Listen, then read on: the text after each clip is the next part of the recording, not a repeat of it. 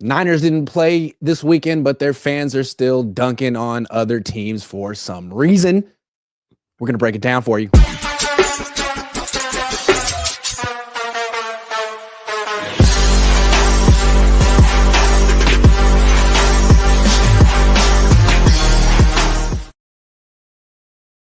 Yo, welcome to the Best 49ers Show. We're your hosts, Grant Cohn, Ryan G. Hensley. This was an interesting weekend. Niner fans all tuned into NFL action, but the team isn't playing. So every time someone won, someone lost, it was an opportunity to compare them to Brock Purdy or Kyle Shanahan or make the Niners look better at someone else's demise, even though the Niners weren't there. So let's start with the quarterbacks. It was a very Wait, Grant. I gotta interrupt you. Today's Grant's birthday, everybody. Everybody in the chat, tell Grant happy birthday, man. Happy birthday, Grant. What are you doing today? How are you gonna celebrate, man? I'm streaming with you, and then I'm gonna write some articles for SI, check them out, and then I'm gonna probably go play a little golf this afternoon, and then have some dinner with my dad and family. So that'll be nice. Well, happy birthday to you, man. I just wanted everyone to be aware. Make sure you tell Grant happy birthday. Big 3-7. All right.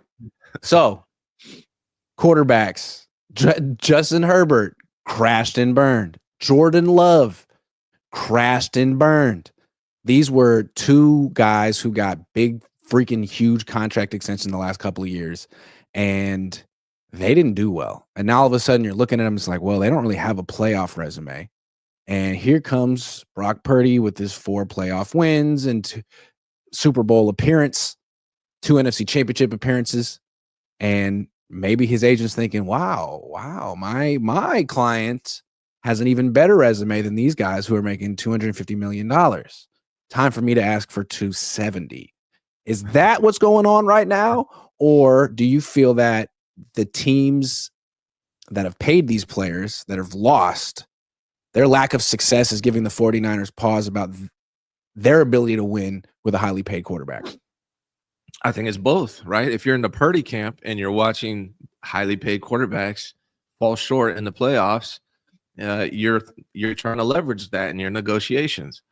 But if you're the 49ers and you're seeing highly paid quarterbacks fall short in the playoffs, you're taking pause. Now, I don't think the Niners are going to not pay Brock Purdy. I think they're going to pay him more than I'm comfortable paying Brock Purdy. I think he's probably going to be top 5 paid quarterback in the NFL when all is said and done this offseason. I think that's what the 49ers are going to do. But I think if you were smart, you would watch what's going on, right? Look at the quarterbacks that are having success in the playoffs this weekend. They're the elite quarterbacks, or they're scab, like $30 million. Baker Mayfield did decent, or they're guys on rookie contracts, Jaden Daniels, CJ Stroud. So either elite or rookie quarterbacks are the ones having success. I mean, yes, Jalen Hurts won, and I think that's kind of the model for what the 49ers have to do. Yeah. Jalen Hurts is kind of in that realm where Brock Purdy is. We're like, is he good? Is he not good? He's okay. Is he good? Yeah, probably. We got to build a giant team around him, and we'll have success. That's kind of the situation as I see it. Yeah, I think it's just so interesting, like, to go down the list of the highest paid quarterbacks in the league in terms of like average per year. So number 1, Dak Prescott, $60 million a year, signed this past offseason, coming off a number 2 finish in MVP voting. Missed the playoffs. Cowboys couldn't put a team around him. Number 2, Joe Burrow, $55 million a year. Missed the playoffs. Bengals couldn't put a team around him. Jordan Love, tied for number 2, $55 million a year. Lost first round, was freaking abysmal, has no go-to guy to throw to in the offense, has a good running back though. Trevor Lawrence, also $55 million a year, missed the playoffs. Tua, 53-1, missed the playoffs. That's top 5. It's not easy to build a good team around quarterbacks making this much money when I haven't even gotten to Patrick Mahomes and Josh Allen yet. 6, Jared Goff, $53 million, hasn't played yet. We'll see. Like, he's had a great year, 15-2. If he loses first round in the playoffs or doesn't even get to the Super Bowl, people are going to be dunking on him and saying that he's not worth the money. 7, Justin Herbert, 52-5, lost.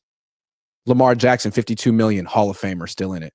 Although they ran the ball a whole hell of a lot in his first game. They're breaking him in slowly. Number 9, Jalen Hurts, $51 million, still in it.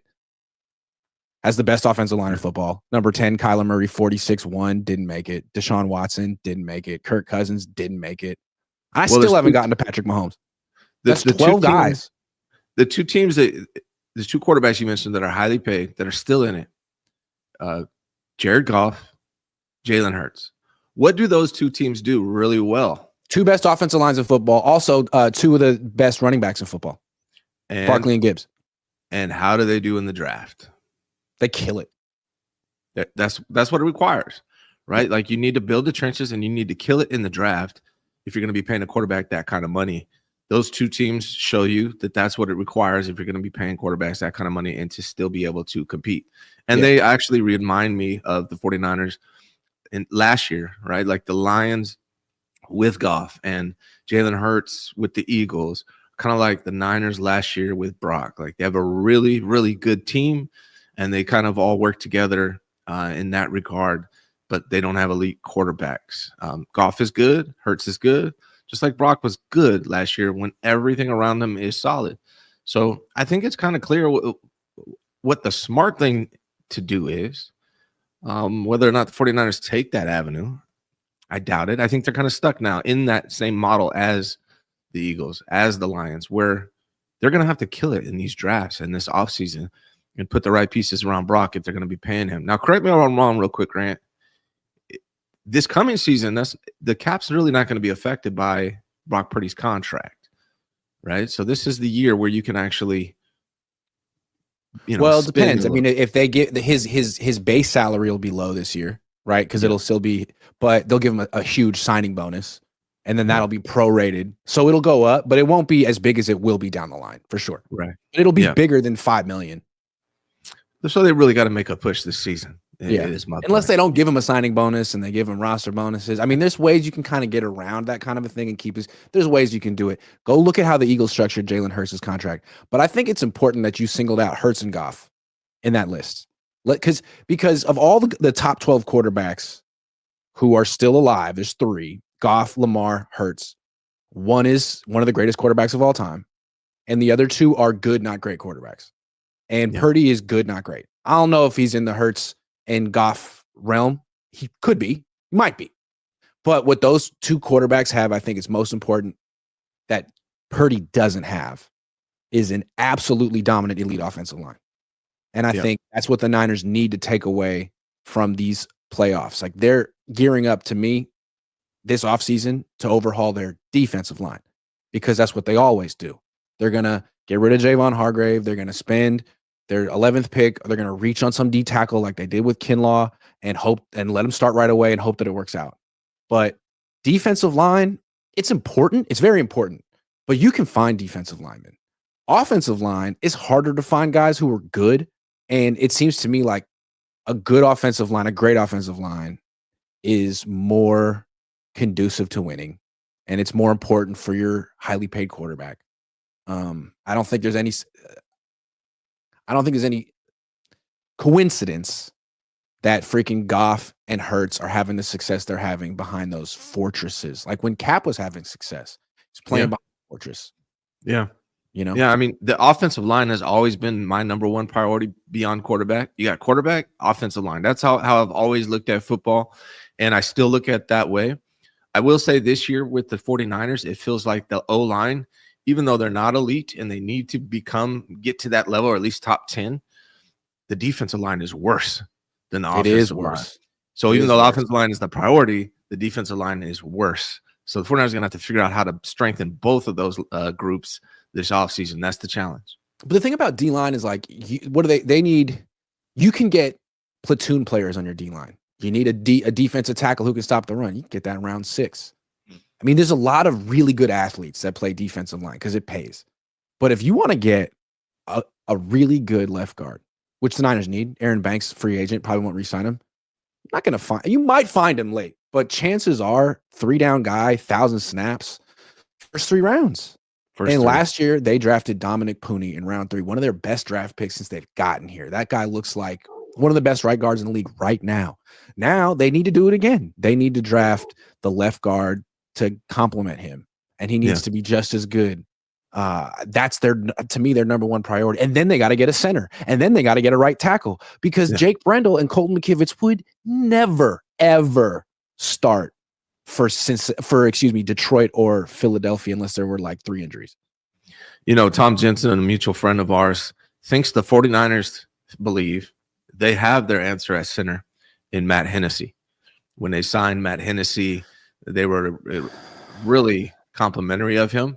So don't be surprised if they don't get a center in this draft and they roll with Matt Hennessy. I don't like that, because to me, they're trying to look for their next Jake Brendel. Jake Brendel, they got off the scrap heap. No offense. And Matt Hennessy, they got off a practice squad. So why don't you go draft a center in round 2 or round 3? Why don't you go draft a guard in round 2? That's how seriously you need to take this position. Don't go say that there's this former 3rd round pick who had a bunch of injuries and was chilling on someone's practice squad that they didn't know was actually good, and you're going to get it. Like, no, don't do that. Take it freaking seriously. 2nd round. And what's crazy about the Aaron Banks pick, they tried. They missed. I believe later on that draft, Creed Humphrey went. Like, they could have. Or Quinn Miners, who was an all-pro guard, was taking a few picks after Aaron Banks. Yeah. So they had the right idea. They just can't whiff. Yeah, I mean, they got to go. I mean, another guy and Barch isn't good enough. I'm sorry. You could sign him, but that's not enough. I'm sorry. Yeah, that's what I was going to mention. I mean, in the brief game and a half or whatever we had from Ben Barch, he looked good. But they have to address tackle snaps from a guy. The other thing though, they can't just ignore the tackle position. Like Colton McKivitz has improved. Look, Brendel was Brendel. I know everyone hates how I pronounce his name. Jesse said I'm the Charles. I would never correct you on that. When he becomes a really good player, we'll talk about it. Yeah, right. If he was like really good, I think I would know how to say his name correctly, right? So for now, it's whatever I say. It's Brendel. Anyways, he had an All-Pro season, Pro Bowl season 2 seasons ago, right? And then he fell off. I don't believe in Colton McKivitz still. I still don't believe in Colton McKivitz. I'm sorry.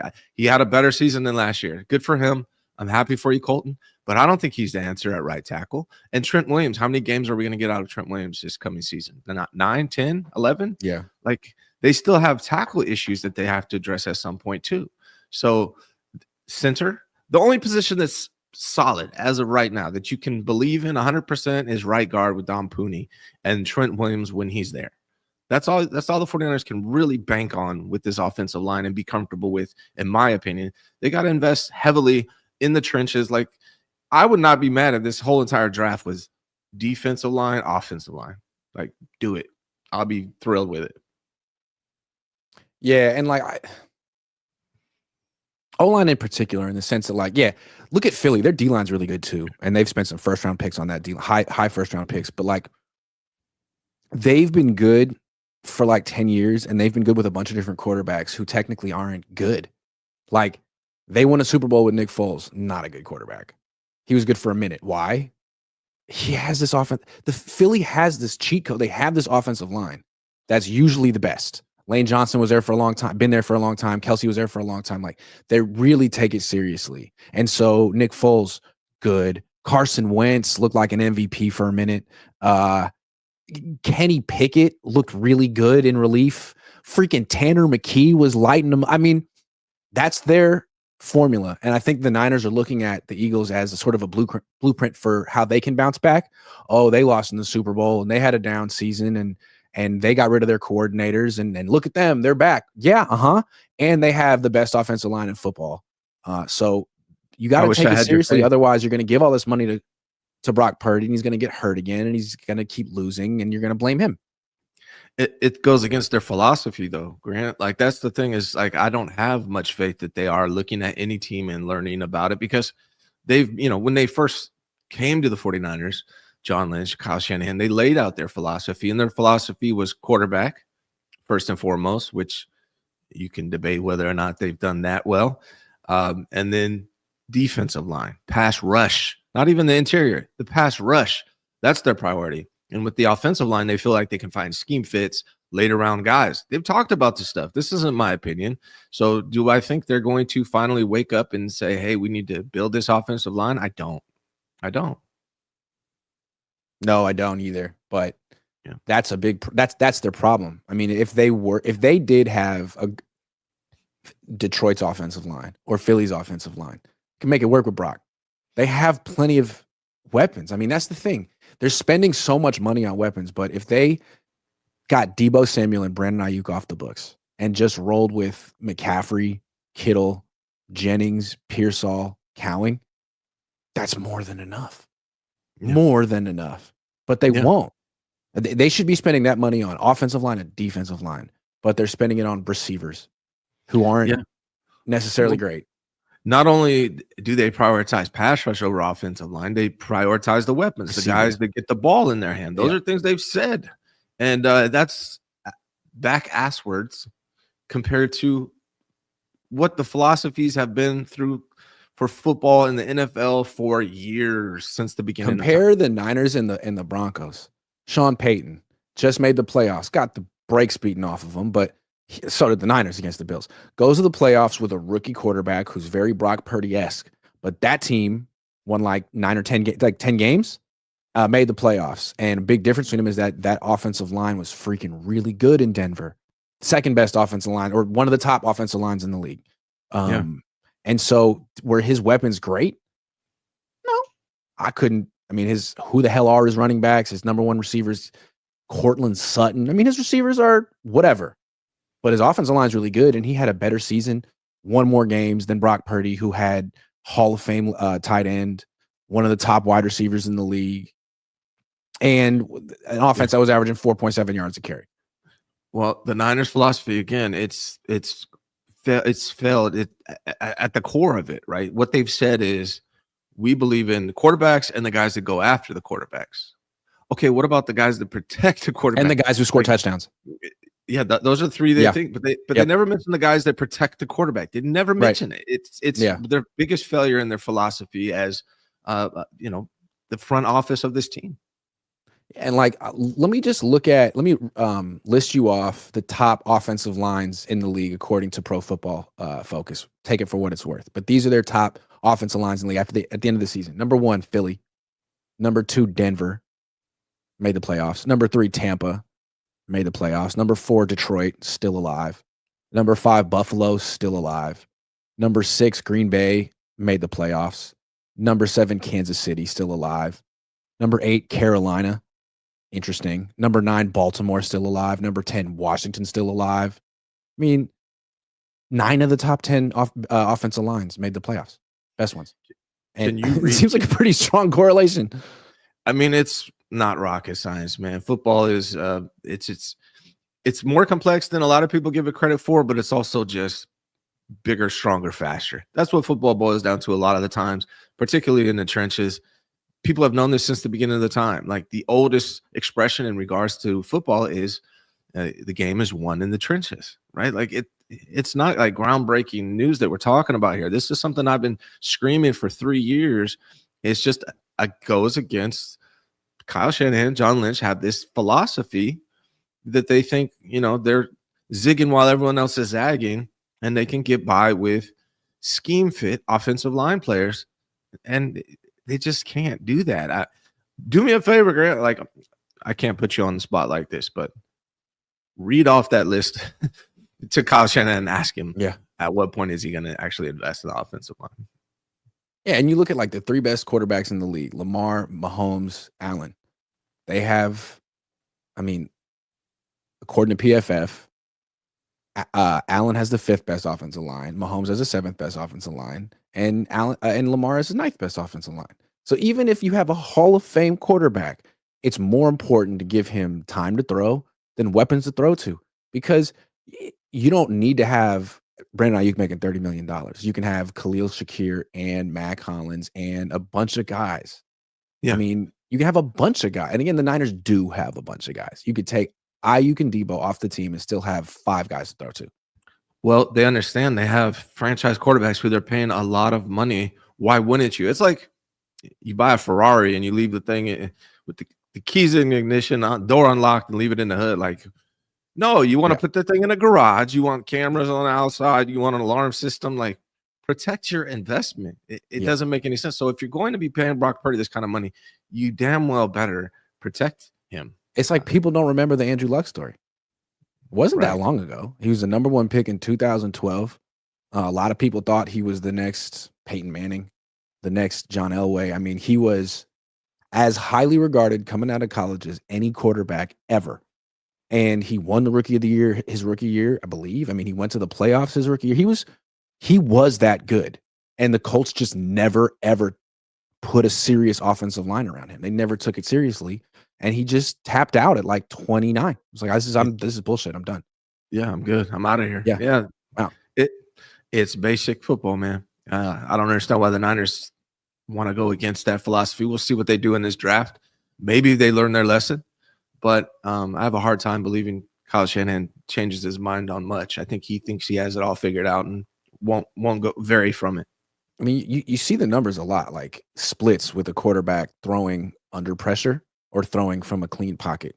Usually however you want to measure it, quarterback rating, QBR, EPA is like drastically higher, no matter who the quarterback is, when there's no pressure as opposed to when there is pressure. So if you could give your good, not great quarterback, or any freaking quarterback, Hall of Fame quarterback, whomever, twice as many snaps a game where he has no pressure and throws, chances are his numbers are going to be drastically better. So why wouldn't you want to do that? Yeah, of course it matters having good weapons, but it's always better. We learned this from the Patriot years. It's better to have 4 good weapons than 1 all-pro weapon.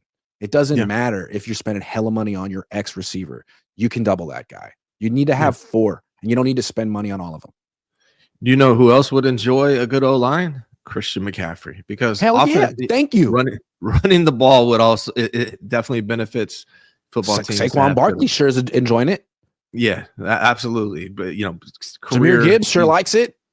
Right. And not only that, it's like that wins you games because you're these big dudes up front on the offensive line are wearing out the defense throughout the game. And by the fourth quarter, teams are tapping out because they're tired of going up against these dudes.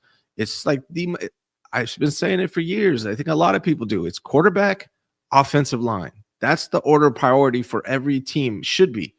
Unfortunately, that goes against what the Niners believe for whatever reason. You ever seen that movie Swingers?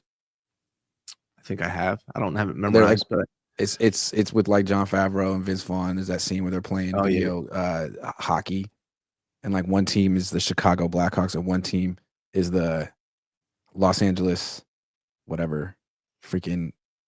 Oh man, what's the LA team that had? Anyway, the Kings? Gretzky on it. The Kings.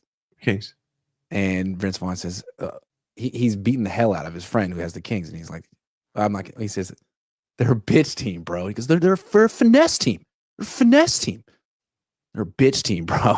Right. I'm not saying the Niners, a little bit of finesse, If you put touchdown scores over pass blockers, you're a finesse team. You just are, and you can win that way. But it seems like there's a lot of teams having success the other way, and it's a copycat league. And the other thing is, I mean, while we're on this note, I know we're talking about offensive line, but after that, you have to stop the run. As a defense, you have to stop the run. If Brock Purdy and the 49ers want to win a Super Bowl, they need to have a better offensive line. And then defense, they need to stop the run. That used to be their identity, and that's completely gone now. They don't have anybody in the middle that can stop the run, particularly if you're going to run this wide 9 scheme. You need guys that can eat up space. They need to go after these dudes. Invest in the freaking trenches this year, please. I'm begging you, 49ers. And what's interesting about that is like it's not necessarily hard to get run defenders. Like those are guys you can find in middle rounds. Those are guys who play 2 downs. They're not necessarily 3-down players. You can get that. Like if you want to have a good defense, you don't necessarily have to invest a ton of money. You can get part-time run defenders and then scheme up pressure. That's another trend we're seeing.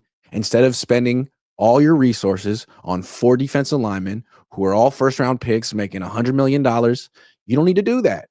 You can get run defenders. You can scheme up pressure with creative blitzes and spend your money on offensive line. That's another thing that the Niners are behind the times on. Yeah, man. You want to run wide 9. These guys all have to be all pro players. So don't. Yeah. You need big bodies in the middle. Yeah. All right. Next thing. Another interesting trend. Here are the remaining coaches in the playoffs. Andy Reid, play caller and a head coach. Dan Campbell, not a play caller. D'Amico Ryans, not an offensive play caller, defensive coach. Nick Sirianni, offensive coach, but not a play caller. Sean McDermott, defensive coach. Dan Quinn, defensive coach. John Harbaugh, not offense or defense, was a special teams coordinator, not a play caller. And then tonight it's Kevin O'Connell versus Sean McVay, both play callers. One of those guys will lose, so it'll be 2 offensive play callers and 6 non-offensive play callers. I just think that's interesting because from the Niners fans' perspective, Bill Walsh, Kyle Shanahan, I think they feel you have to be an offensive play caller to be a successful coach. You have to. Well, not necessarily. I'm starting to change my opinion on this. I was actually thinking about this a few days ago. I've been watching these coaches, right? Like the coaches that are not calling plays are on offense are much more involved with everything that goes on during the game, right? They're not stuck in their play sheet. They're motivating guys. They're getting hyped up on the sidelines. They're coaching guys up throughout the game. Calling defense, I don't think is necessarily as involved or time consuming as calling offense. But in general, just like not calling at all would be good. I think what teams need now, before I used to say, hey, I don't want a non-offensive minded coach as the head coach because I don't want to switch your offense every time you get a new coordinator, every time one of your coordinator is hired out. But now it's like after 8 years of Kyle Shanahan, the same offense, it feels like it's kind of getting stale. And so it's almost an advantage to switch up your offense. It could be, depending on what coordinator you go to show people something new. But I think more than anything, the biggest part of this is having a head coach who is just a leader of men, a leader of his coaches, a leader of his players that can focus on managing the team and coaching guys up throughout the game. I think that's what we're seeing. And what's interesting is so I asked Kyle Shanahan a few days ago about play calling. Are you going to continue to do it now that you're intending to elevate Clay Kubiak to the role, but they can't yet, but they will? Yeah. And he was like, yeah, I'm going to continue to do it. But really, it's a collaborative process anyway. It's not like I have the headset on and there's silence. You already have Clay Kubiak's voice in there. You got Brian Fleury's voice in there. You got Chris Forrester's voice in there. So it's the 4 of us having a conversation. And I'm the one who ultimately communicates to the quarterback. But he puts it like that. Like, I'm just the final voice. But any one of us could call the plays. All right, then we'll delegate it to Clay Kubiak.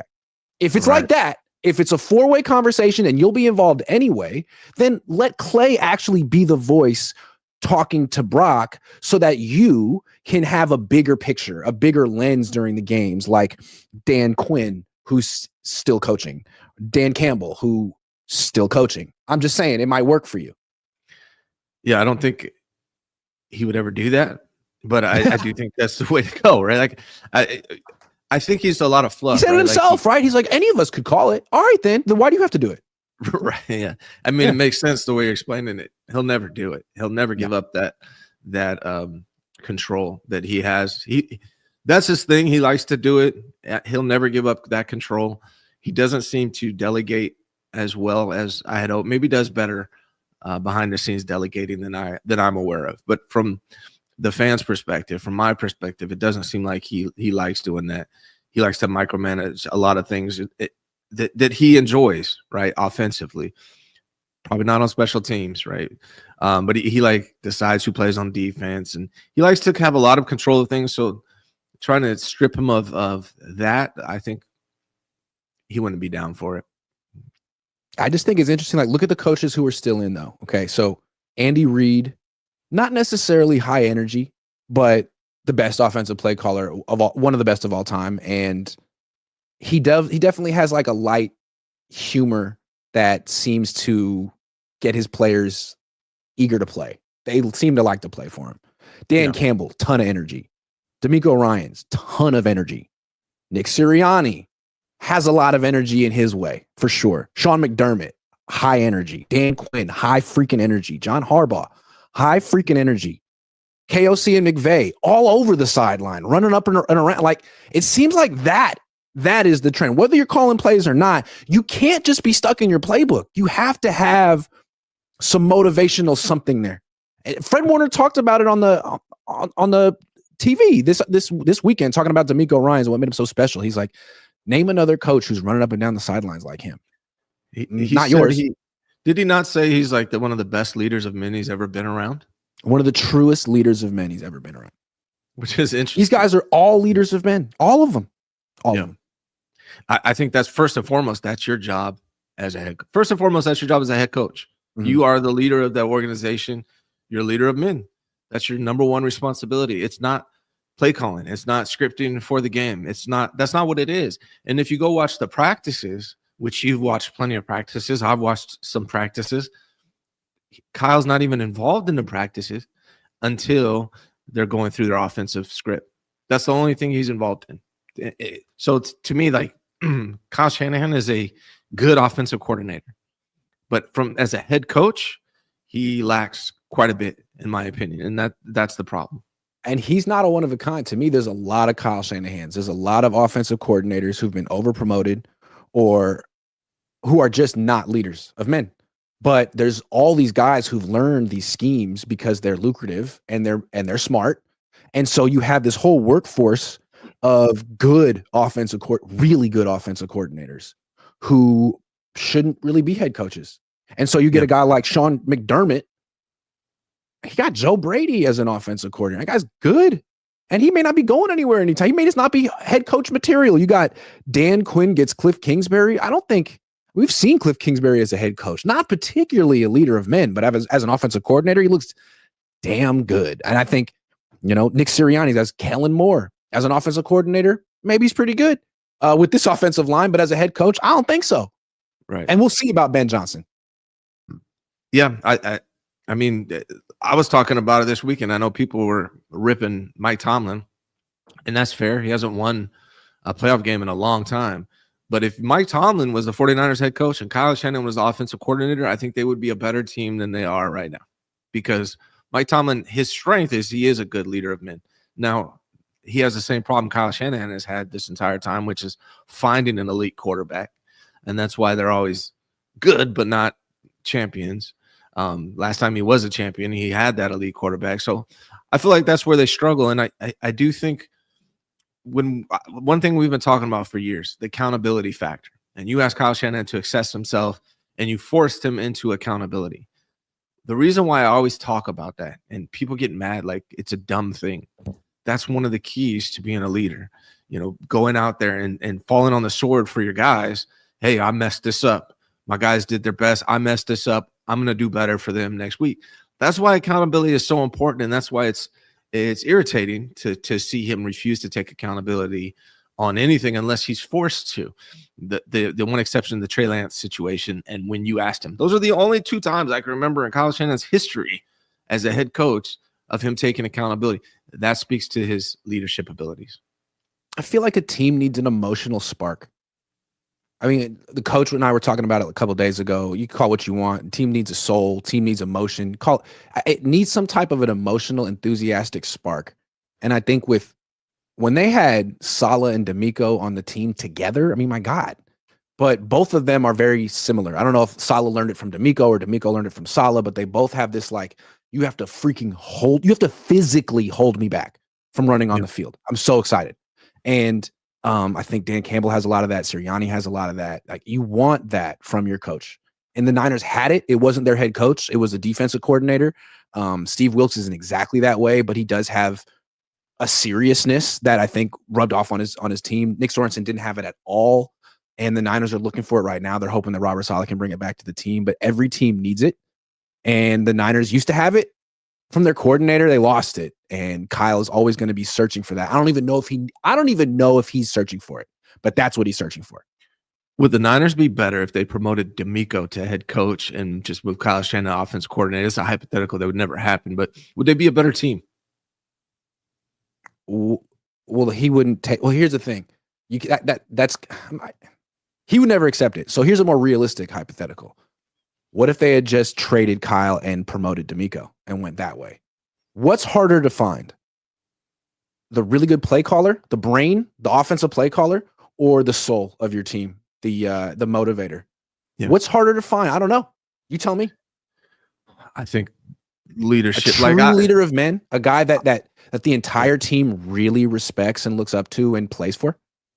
that's number one. And I put it out last year that I think D'Amico is one of the best head coaches in the NFL. I had him above Kyle Shanahan. Everyone ripped me for it, and people still might think that that's stupid to say. I'm looking at the leadership, like the head of the organization. How do they lead? And are they able to motivate their team? Are they able to get the players to buy in and trust them? Are they involved in everything? Like, are they someone I would like to play for? Who would you rather play for? I'm asking all the people in the chat, especially the Kyle guys. What kind of coach would you rather play for? Be real. Would you rather play for a Kyle Shanahan, or would you rather play for D'Amico Ryan? No, look, don't ask it that way because Niner fans are going to be emotional there. Let's ask you from another direct. Who'd you rather play for? Dan Quinn or Matt LaFleur? Yeah. I'd rather play for Dan Quinn. That looks like a lot of fun. Matt LaFleur, he's having a freaking emotional breakdown on the sideline because he can't figure it out. And team's like, well, he doesn't have the answers today. I guess we're screwed because he's not going to like say something to us that makes us run through a brick wall for him. He either has the answers or he doesn't. And today he really freaking doesn't. There's 3 coaches in the NFL, 4 maybe. Dan Campbell, Andy Reid, D'Amico Ryans, and Mike Tomlin. Those are the coaches. And I know people are down on Mike Tomlin because he keeps losing in the playoffs. I get it. But like, that is a personnel issue. That is a quarterback issue. Mike Tomlin is a great leader of men. I'm telling you right now, Kyle Shanahan would have less success as a head coach of that Steelers team than Mike Tomlin does. So he's elevating his team. I really believe that. Every year he's over 500. I 100% believe that. So for me, those are the kind of coaches I would like to play for. Who'd you rather play for, Kyle or McVay?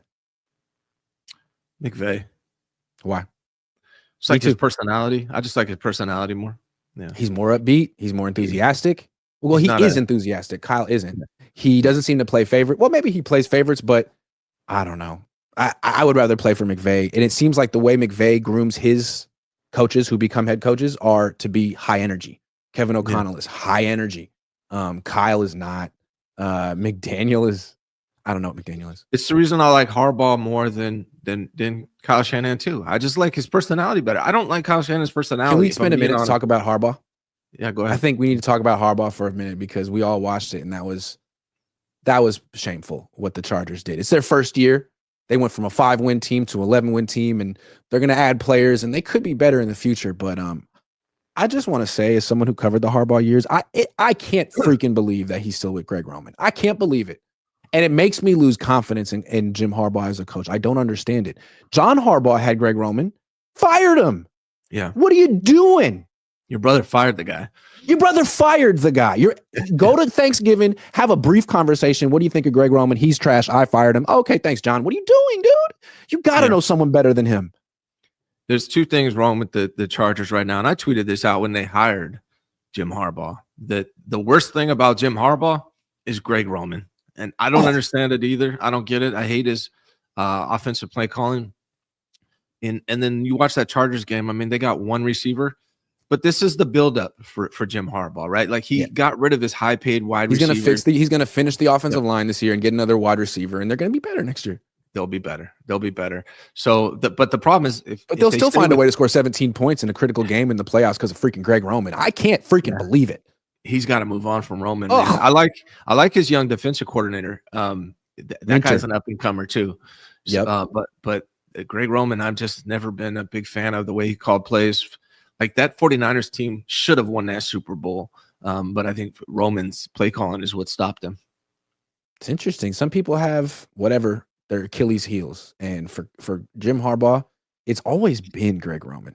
And one of the things I like about John Harbaugh, some people think Jim's better than John. I think John's better than Jim. John has reinvented himself so many times on offense. He's had so many different offensive coordinators. 3-0 against Harbaugh. Coordinators. Yeah. He's 3-0 against his little brother. So, yeah, he is better. He hasn't had a ton of success in the playoffs with Lamar yet, but I think that's about to change. And they could very easily win the Super Bowl. He could be a 2-time Super Bowl winner. I think John's a hell of a coach. We'll see. I hate that the Bills, the Ravens, and the Chiefs are all in the AFC. I hate that because those are the three best teams in the NFL. And unfortunately, It's like when we were kids and it was the Niners, the Cowboys, and the Packers. it's the exact thing, except opposite now. Like it Except used to be opposite. And you watch these teams play, it's like, holy shit, that's a whole different level of football in the AFC. Like, yeah. we're not seeing that in the NFC. Whoa. That's the thing that's annoying too about this whole Tomlin talk. Like they lost to the freaking Ravens. Yeah. How have the Niners Kyle Shanahan's never beaten the Ravens? That's a good point. If the 49ers were in the AFC, how many Super Bowls would they have been to? I would say zero. I would say and zero. If Kyle were coaching that Steelers team this year with Russell Wilson and Justin Fields, they would have missed the playoffs. Right. And that's the thing. It's like people are like, hey, Tomlin's got to go. Hey, that's fine. If you believe that, that's fine. I'm not going to argue against it. I don't have no dog in that fight. Get rid of Tomlin all you want to. But don't in the same breath tell me that Kyle's doing enough if Tomlin's not doing enough. Because I guarantee you, if Kyle and these 49ers were in the AFC, they would not be getting past the Bills and the Ravens and the Chiefs. They wouldn't even go to the Super Bowl. I tweeted out during the game that I think head coaches should have term limits. Like some of these coaches are there for 15, 20 years. It's like, dude, like move on and go coach another team. Like it's not working for you here anymore. You're a good coach, okay? You don't deserve to get fired. No one says you deserve to get. You're good, but you got to go. So it's not going to happen for you here. I think that's the conversation with Kyle. I think that's the conversation with Tomlin. And I'd like to see teams just start trading coaches. Come on, like it would be really cool for the Steelers to trade Tomlin to a team straight up for another head coach. I think that would make the league more interesting. How about Tomlin for Kyle straight up? Well, it's the funny thing is like a lot of Niner fans, they're using this weekend to just dump on other teams, right? Tomlin's not a good coach. Herbert's a trashy quarterback. Love sucks. Like somehow the 49ers fans think they won something this weekend.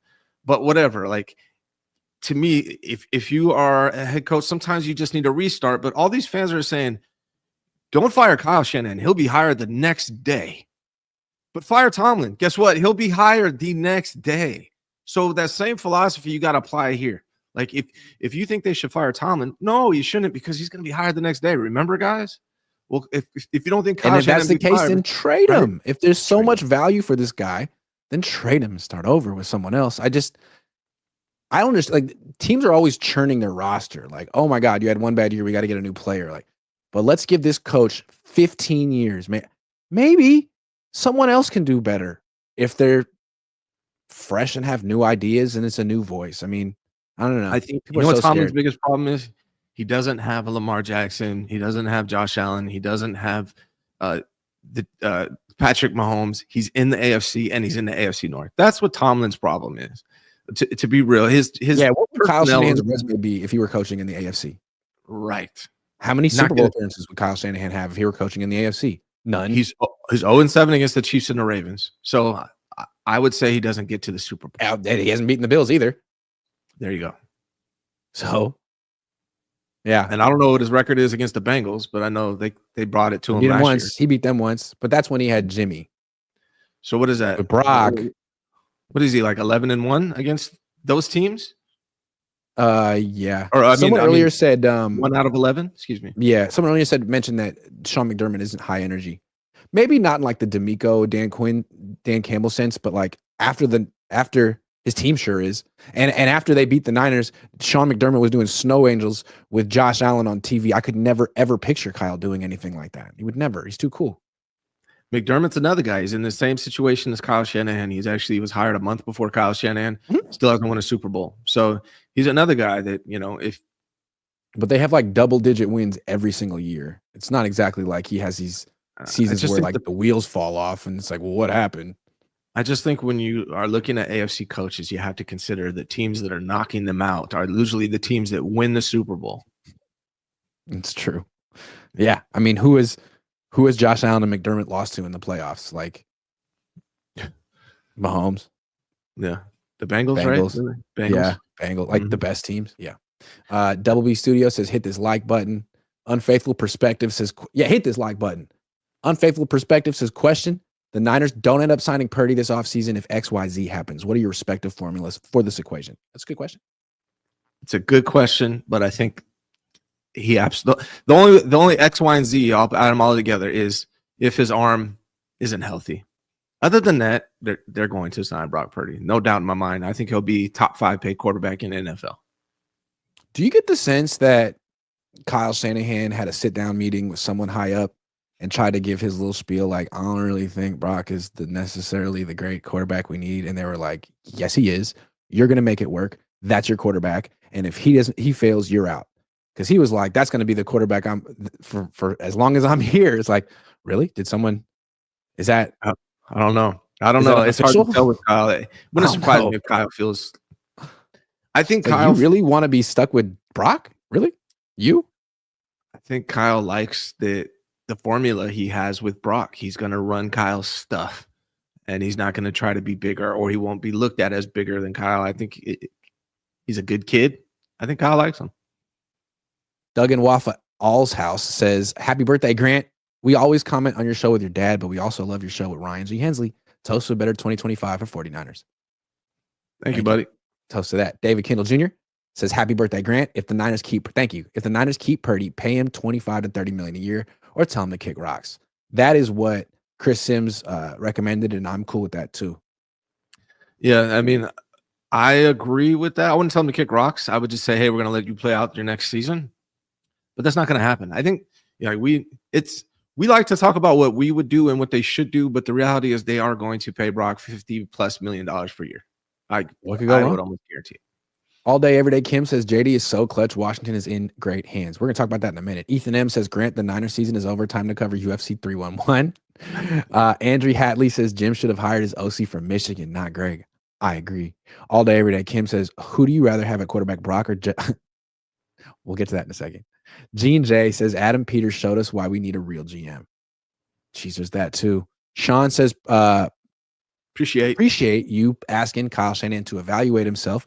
Is there a clever way to ask him about roster politics and player development? Does Brock's extension mean Kyle gets to have 2 failed seasons? I don't know. I think if Kyle Shanahan has a failed season this coming year, I think he's fired. I think that would be the Emmanuel Acho. I always butcher names. I'm sorry, guys. That's this. You get used to it. Said that Kyle Shanahan's on the hot seat. I don't necessarily think he's on the hot seat, but I think if he repeats the same season he had last year, it'll go from 0 to 100 overnight, and he'll be fired or traded. Oof. You know what? I want to do some sleeper picks right now because that gives me anxiety thinking about Kyle Shanahan. I don't want that to happen. That's my coach.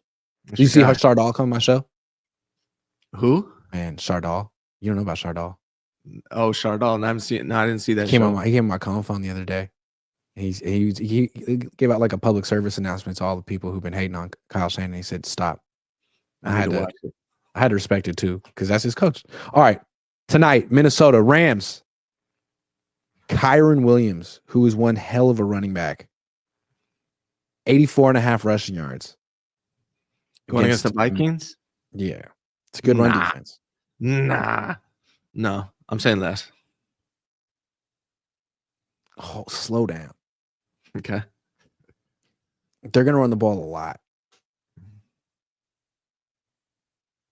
He's really good. He might be a top 5 running back in the league. Let me give you my take on this one. How many points are the Vikings going to put up tonight with Justin Jefferson? Exactly 24, 7. Really? I think it's going to be 5. More than that. I think it's going to be a shootout. I think there's going to be a lot of points put up on the board, and I think they're going to be passing on. That's my opinion. All right. You better be right. I get really upset when you're wrong. You better be right. I was 4 for 5 on my. You're always right, though. I would never actually contradict you on this because I appreciate taking your picks and the money. Sam Darnold, passing yards, passing touchdowns, 267.5. Jesus. For Sam Darnold in his playoff. What's the interceptions? Will he throw one? More than. Here's what I think. The line's exposed Sam Darnold. They blitzed him, and they were playing tight press man coverage and blitzed the hell out of him, put him under pressure, and he was awful. And I expect the Rams learn from that, are going to approach it the same way. Okay. Stafford, what do you want with him? What are we looking at here? Yards, 238. I also think he's going to throw an interception. What's his interception? Half? Give Half. it to him. Give it to him. He's That's the doing thing it. with Stafford. Like, Stafford may be a better quarterback than Jared Goff. I just think it's interesting that Jared Goff has better career numbers and a better record, because while Stafford has a way better highlight reel than Goff because he can move and his arm is incredible, he throws some of the most mind-numbing passes to the other team that they either catch or they don't. But he's a little bit of an arsonist himself in ways that I don't even think Goff is. The thing about Goff is he's on a really good team. You know, he's a good quarterback, but he's on a really, really good team. So is Stafford. I mean, maybe he's not as good, but he's got Puka. I like Stafford. I think Stafford is borderline leaving the elite status. He's one of those quarterbacks. If he goes out and lays an egg tonight, the conversation will start. Like, is Stafford washed? But he's been elite throughout his career. Like, he's a really good quarterback. Whereas Goff, I think, is more of a product of his environment. Very consistent, good quarterback. I don't think he's an elite quarterback. Should we stick at just 3 sleeper picks? Yeah. 2 interceptions. Should we max it? Hell yes. Hell yeah. That means we have to get all 3. We got to shoot the moon on this one, but I think we can do it. And we're putting $10 on it because we're that confident. I was 4 or 5 on my wild card picks. I was wrong about the Commanders. I thought the Bucs would win that one because of home field advantage. I wanted the Commanders to win, but I was 4 for 5 of my wild card picks so far. Who you have winning tonight? I got the Rams winning, dude.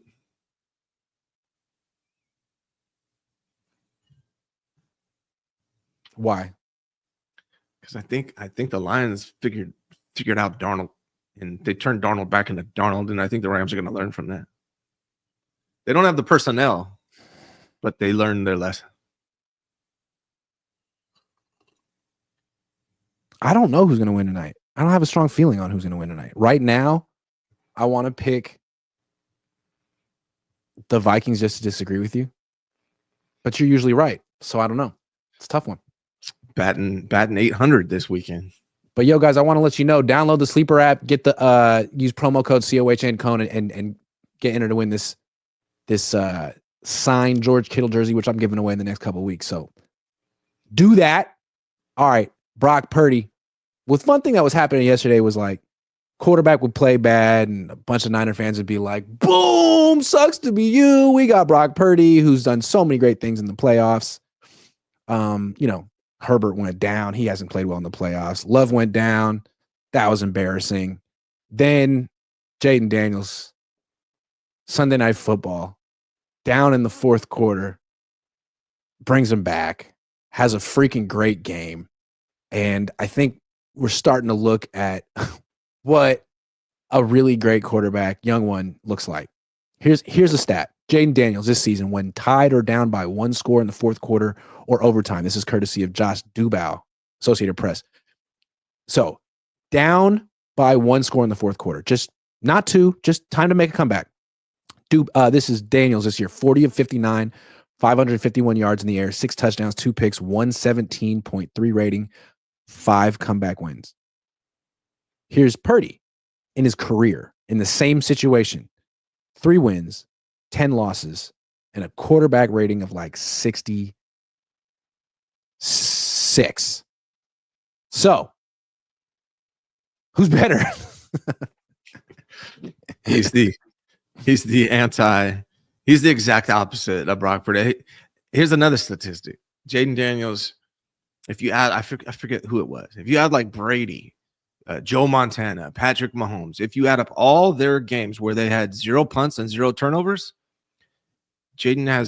Daniels had more this year than they've had throughout all their careers combined. Jaden Daniels is the quarterback I told everybody before the season is going to be the best rookie quarterback this year, and I was right about it, and I have to point that out because I'm wrong a lot. But if the question is, would I rather have Daniels than Purdy, which I think we were super chatted and asked, I would much rather have Daniels than Brock Purdy. I'm sorry, I just would. I know it's a rookie season, and he could fall off next year, but from what I've seen from Daniels and Purdy Purdy over 2.5 seasons, Daniels over 1. It's a no-brainer. I'm going to Daniels because what you want is guys that can win when it matters. It seems to me there's a lot of good quarterbacks or quarterbacks who can be good in optimum situations.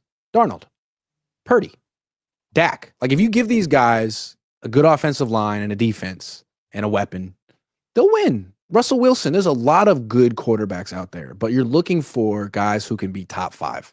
These are every team is. And I think a lot of teams get fooled giving away these huge contracts to quarterbacks that are good but not great. And what makes a quarterback great? To me, it's this stuff. It's what do you do if you're not on the best team and maybe you got some injuries around you and you happen to be down by 4 in the fourth quarter? Like that's when the game just started. Are you the kind of guy that we feel confident in, the team feels confident in, you're confident and you can win in these situations? Because that's, I think, what you're paying for if you're giving $250 million to a quarterback, a guy who can win more times than not in that situation. And there's like 2, maybe 3. Mahomes can do it. It seems like Jaden Daniels can do it. I bet you Josh Allen's numbers suck in those situations. I bet Joe Burrow's numbers suck in those situations. Like that's the real measure of someone who's truly generational. I mean, and Niner fans should know that. That's what made Joe Montana Joe Montana. If you're just good in the first half and you crumble in the second half, you're not Joe Montana. That's what made Montana, Brady, Montana. Brady, and Mahomes. That's what they do. They win when it matters most. And so far, in the brief sample size, that's what we've seen from Jaden Daniels in his rookie season has been unbelievable, man. So, yeah, I mean, and he's on a rookie contract. So Commanders are in great shape, man. They found a really talented quarterback. He's on a rookie contract. They got years to go. Shout out to Adam Peters. I mean, he did his thing. He nailed that pick. And here's why it's so really almost impossible to win a Super Bowl spending $55 million a year on a quarterback who's not a Hall of Famer. Because while you're spending that much money on your good, not great quarterback, there's going to be 3, maybe 4 future Hall of Famers in the league right now making about the same, maybe a tiny bit less. And there's going to be 1, maybe 2 quarterbacks who are every bit as good as your guy, but making a fraction of what he's making because he's on a rookie deal. So where do you fit in? Oh, you lose in the first round of the playoffs if you make it there. I'm honestly like I tweeted it out. I know it's an extreme philosophy, but it's like never pay a quarterback that's not elite. Never do it. Don't do it. Ever. Draft no, you could pay him maybe like 2-year deal, something real flexible that you could get out of, but not $50 million a year. Never that. If you want to give him wide receiver money, that's a different conversation. But this quarterback market that everyone says that you got to get into, it's the price. Nah, fuck that. Don't participate. Don't participate in that shit. You're in real estate. Right. This seems like an awful bubble that you don't need to be in. Oh, you got to buy this 2-bedroom house for $5 million. No, you don't. It's a 2-bedroom house. Don't do it. Yeah, what's going on with NFL quarterbacks right now, if you want to refer to real estate, was buying a house in 2007. Right? Yeah. That's what it feels right now. But subprime mortgages, paying for these quarterbacks, like they're going to turn around. Like in general, buying real estate is different because it's almost always a sound investment over time. Even if you bought in 2007, now your investment would still be worth more than it was after the crash. So it's a little different with real estate, but with quarterbacks, you don't have to participate. I'm telling you, man, draft a quarterback as often as you need to. See if he develops into an elite quarterback. If he doesn't, keep drafting and let that guy go and sign a scab, like sign a Baker Mayfield, sign a Sam Darnold in the meantime. Somebody that There's so many former top 10 picks floating around. Right. Yeah. That's what I would do. Who've never really been on a good team, in a good situation. Yeah. Because like, here's the thing. If you don't have an elite quarterback, what's tell me the difference between the 8th best quarterback in the NFL and the 15th? Like really, the difference is the team around them.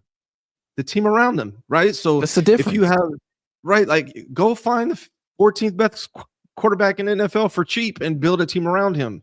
Like Kyler Murray. He hasn't had a lot of success, but you put him on Philly or Detroit with the best offensive line in football, I bet you he wins. Yeah. Not because he's great. Right. Exactly. He's good. Or you just have to be an ace in the draft. And the 49ers are not aces in the draft. The Eagles and the Lions do a tremendous job with the draft. If you're not going to be that kind of team, if you don't have that ability to nail every draft every year, now they did a good job this year. Can they repeat that? If you don't have that ability, you can't pay quarterbacks that aren't elite. You're not going to win a Super Bowl like that. It's very rare. And it's so interesting. I feel like the Niners and the Eagles were in a similar spot where they kind of realized we have this structure here where lots of quarterbacks can succeed here. And yet the Eagles paid their quarterback. They didn't have to. It was probably the biggest mistake they've made, and it haven't really cost them yet. But, they paid Wentz too, and it didn't cost them either. It's interesting. The Eagles are very interesting. They pay for these quarterbacks who clearly aren't great, but they put them behind great offensive lines and see what happens. They win a lot of games. And even if they go down, their backups can win. The Niners, they gave them all these weapons, but weapons got old. The defense got bad. Now it's like, this isn't necessarily like if Darnold came back to the Niners, he wouldn't necessarily play great. Yeah. And he could go to season 11 too. All that being said, 49ers are going to pay Brock Purdy, I think, top 5 quarterback money.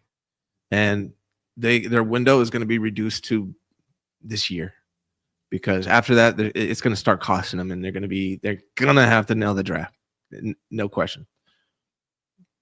Yup. Bayer Kev says, y'all are fake faithful. # Put some respect on my 3-time almost Super Bowl champs. # quest for 6. # run it back.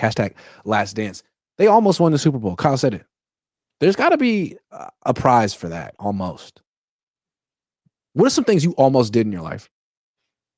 I don't even want to lay those out, right? I don't count. Almost doesn't count. Does anyone get credit? Does anyone have a list of shit they almost did? Is that something that people keep track of? Yeah. Almost did that, man. Mm-hmm. Yeah. Charlie, did you smash last night? Almost, man. What does that even mean? Almost. Well, there was still space. There was still distance. But there was a look. There was a gleam. Charlie, did you see that Mike McCarthy? What about Mike McCarthy? Is he still employed? Did they fire him? My last time I heard is they were going to give him another contract, but I haven't seen anything. Did they almost give him a contract? You have to see, Charlie. Did he almost get an extension? Yeah. That's what's up. Bill Kennedy says, HB, happy birthday, Grant. Golf lessons in your future? Yeah, I'm actually going to get some soon. Maybe next week. Joseph for real says, I enjoy the roundtable you guys made. This org needs wise men that are unafraid of hurting feelings since everyone seems to be kumbaya or reaching down for throats. I'm confident in you guys and OG Cohn. Thank you, Joseph for real. Gene J says, Niners should hire Bieniemy as OC, Telesco as GM. I'm good. Yeah. I'm good. Telesco. Maybe. Telesco did get Bowers. I don't know. I'll think about it. All day, every day, Kim says, Ryan, that's the correct answer. I don't know what the question was, but I'm sure you're right. I'm sure Hell you're right. Yeah. Rod Simmons says, trade for Myles Garrett, a good move to rebuild front four. Myles Garrett. I'd rather make a move for an offensive lineman, but I feel you on that. He's a great player. You know who I want, Grant? I'm going to keep saying it until people start listening to me. I want DJ Jones back. He's a free agent, and he was one of the top run stuffers in the NFL this past season. He's like the 3rd best run stuffer in the NFL, and he's a free agent. Bring him back. Yeah, instead of spending hella money instead of drafting a defensive tackle who may not be worth the pick in round 1, get DJ Jones. I like that. Both. All right, one more thing before we go. We were just having the Purdy versus Daniels debate. It was Purdy versus Herbert, Purdy versus Love, Purdy versus Daniels. No one thinks Purdy's as good as Daniels, but Purdy versus Mayfield is pretty good, is not pretty good. How good is Purdy? Teams whose fan bases are endlessly debating the merits of their quarterback. How do you feel about these quarterbacks in these teams? Well, that's what I tweeted out this morning, right? Like the Bills, the Ravens, the Chiefs. Who else am I missing? The Bengals. And the Rams until maybe tonight. We'll see what happens tonight. But those 5 teams, Bengals, Bills, Ravens, Chiefs, Rams, they don't have conversations about whether their quarterback is good or not. And that's how you know that you have a great quarterback. When your fan base is not debating about whether they are good or not, that's how you know. And the way that even the Lions, if Jared Goff loses in the next couple of weeks, that's going to be a huge debate. Right. But right now, if Darnold loses tonight, huge debate. Yes. But right now, our quarterback's not elite. Purdy's not elite. Herbert, hey, I thought he was going to be elite. Watching him last night, I can't say that he is, because I guarantee you the Charger fans right now are debating whether he's the answer or not. I guarantee that that's happening. And if that's happening, as of right now, he's not elite.